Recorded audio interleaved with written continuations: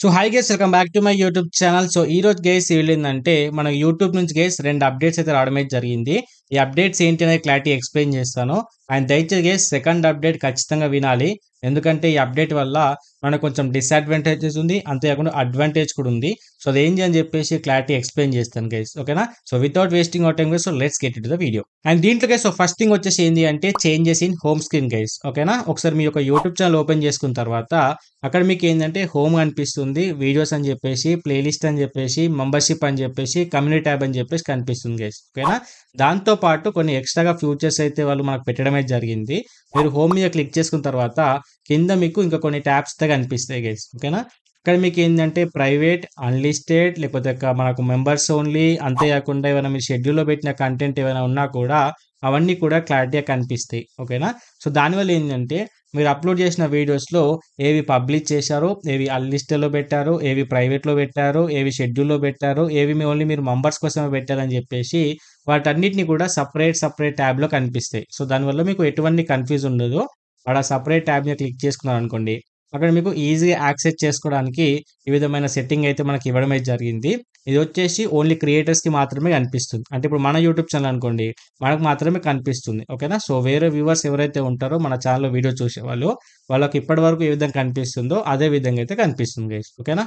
And దీంట్లో so second update వచ్చి guys most important update. దీనివల్ల మనకు బెనిఫిట్ ఉంటుంది, అంతేకాకుండా లాస్ కూడా ఉంటుంది.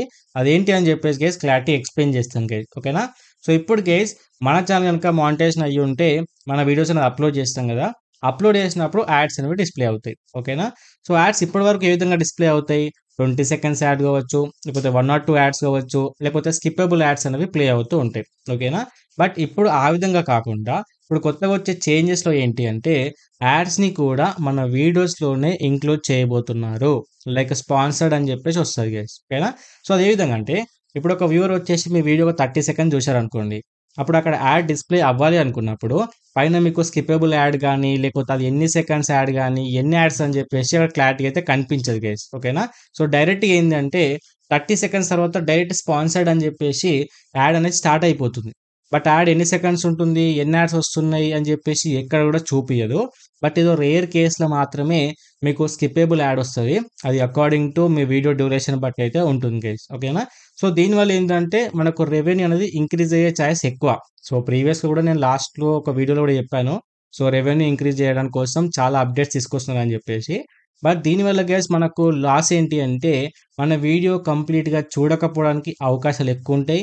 అండ్ దాంతోపాటు ఏంటి అంటే మనకు వాచ్ టైం కూడా గైస్ ఎక్కువ రాకపోవడానికి అవకాశాలు ఎక్కువ ఉంటాయి. ఇప్పుడు మానిటైజేషన్ కంప్లీట్ అయింది అనుకోండి, మాకు వాచ్ టైం విషయంలో ప్రాబ్లం లేదు, మాకు రెవెన్యూ ఉంటే సరిపోతుంది. బట్ ఎవరైతే మానిటైజేషన్ కాని వాళ్ళు ఉన్నారో వాళ్ళకి గైస్ మెయిన్ ప్రాబ్లం. ఎందుకంటే వాళ్ళకు మానిటైజేషన్ కావాలంటే వాచ్ టైం కావాలి.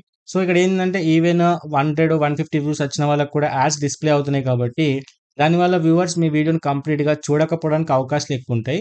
సో దానివల్ల మీకు వాచ్ టైం తక్కువ వస్తుంది గైస్, ఓకేనా? ఎందుకంటే ఇప్పుడు యాడ్స్ ఆఫ్ చేసుకోవడానికి అవకాశం లేదు. ఓన్లీ మానిటైజేషన్ కంప్లీట్ అయిన వాళ్ళు మాత్రమే ఆన్ చేసుకోవచ్చు, ఆఫ్ చేసుకోవచ్చు. బట్ మానిటైజేషన్ కంప్లీట్ కాని వాళ్ళు ఆఫ్ చేసుకోవడానికి అవకాశం లేదు కాబట్టి సో దానివల్ల గైస్ మీకు లాస్ అనే చెప్పాలి. ఈవెన్ మీతో పాటు మాకు కూడా లాసే గైస్. ఎందుకంటే కంప్లీట్గా చూడకపోతే ఏంటంటే ఆ వీడియో ఎక్కువ మందికి రీచ్ కూడా వెళ్ళదు.